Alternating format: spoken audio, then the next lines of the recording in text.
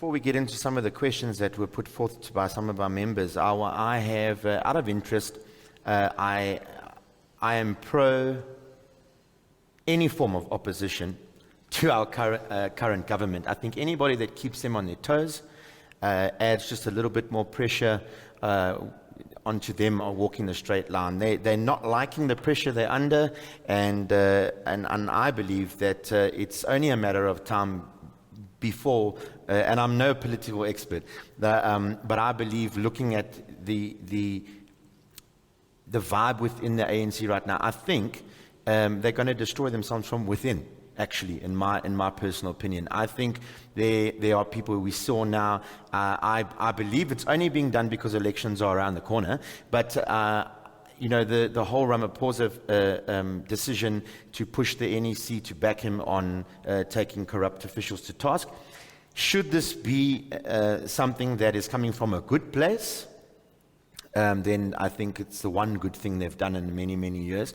But I think there's going to be a lot of resistance. What is your take on this decision by the ANC to now remove people who have allegations? Do you think this is a political move? There's nothing like that the ANC wants to remove corrupt officials. In fact, they're going to be rewarded because, it's been ANC culture all these years. I think for me, honestly, I believe, whether you can think I'm right or wrong, but that's my own personal conviction. ANC is a curse to South Africa. Yes. Honestly, we are cursed as a nation to really have an organization called the ANC to run this government, because in everything that they do, society is not on the agenda. Yes. For them, look at what they've just really done with COVID-19 intervention measures.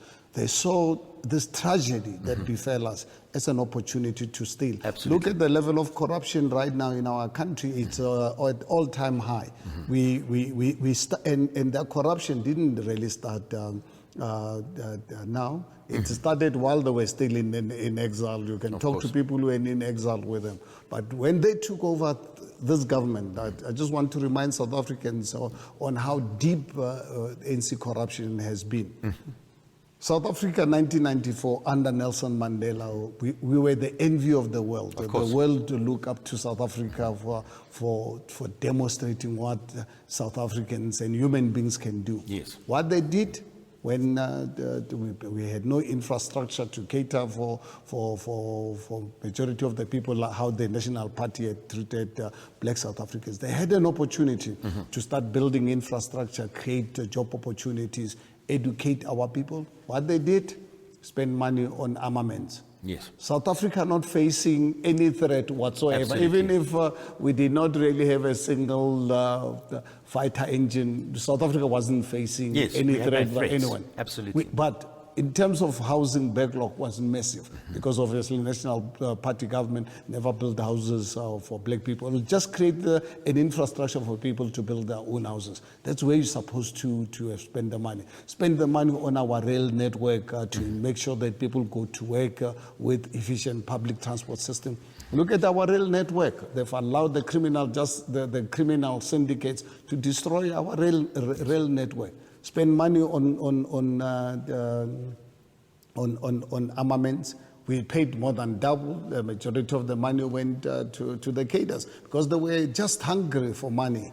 I thought, when ANC came into power, they would really focus on their learnings from how other African countries have failed. Yes. In the meantime, in fact, they learned how to perfect. Because what they did here in South Africa, the level of corruption, not anywhere in Africa they've ever seen such a corruption. That basically means all the years in exile they were being trained how to really be corrupt. Absolutely. And how to keep poor people poor and not give them the education.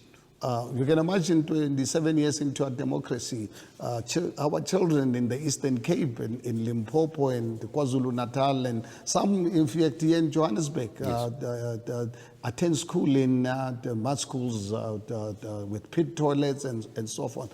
So you can really look at the reasons why, and I can really write a book on how I believe ANC is a curse to South Africa. Yes. But it is up to us as South Africans to remove them through our democratic structures. I in agree place. 100%.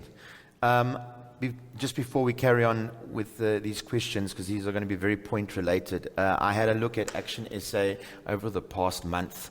I joined the group. I was very interested to see what kind of people are joining this group, and I think, to my knowledge, and I'm a young 34, but to my knowledge, I have never ever seen a political party who is so new as Action SA that is literally getting people from all walks of life behind it. This is going to be a difficult task for you. I was looking at over the last 4 weeks, I would say, I was looking at the questions that were being posed. And one thing I must say, whoever is managing the page, I think they're very unbiased, and I think that's a good thing. Even some of the questions that are posed borderline racial, but they're allowing it because they're trying to encourage people to debate this. I think, let me just really Yes. come in, sorry to interject. No I think problem. as South Africans, let us not really be scared to talk about our history. Let us not really be scared to talk about me being black, you being Yes. white. I can tell you, you're a God-created creature. Of course. I'm not a mistake, you're not a mistake. And I think South Africa stood such a good chance to demonstrate to the world that when God created us in these features, Yes. it was not a mistake. Yes. If we are not prepared to coexist, we can only do this at our own peril. Absolutely. Because I can tell you, Lee, you are not going to change what God created you to be. Absolutely. You're not. Yes. You can try. And the very same thing is not going to happen Yes. to me. What I need to do is to learn to coexist with you. Absolutely. For me it's important is to share the same values. I don't associate with people because they look like me. No, I associate with people because we share the same values. Of course. For me, that is really critical. And it must be people who obviously accept the fact that there is there's a force called God. Yes. If you fear God, you've got a conscience, and you share the same values with me. I don't care what color you are, what gender you are, Yes. what size you are. I can tell you, you're the people that I would really want to associate with. Of course. That is why I was really so overwhelmed and humbled by the People's Dialogue. Remember we started the Yes. People's Dialogue? When I asked my family to put money towards gifting South Africa to engage, I was hoping, I said, if I'm lucky, if I get 500,000 respondents, would be great. Ended up in 3 months getting 2.4 million submissions. I mean, it's That- overwhelming. of course. Right now, as I'm talking to you, we started an online platform for people to be volunteers. Yes. We're sitting close to 100,000 volunteers. I'm not talking members. Members Yes. is much more. Yes. Volunteers, just roughly at 100,000 after a few days ago. And look at in social media platforms. Look in the media, look at what these volunteers are doing. They're doing things that every day, honestly, they humble me, they surprise me. They demonstrate that South Africans are hungry for self-reliance because ANC wanted South Africans, particularly blacks, they wanted black people to be dependent on them. That's why they deprived them of education. They destroyed our education system.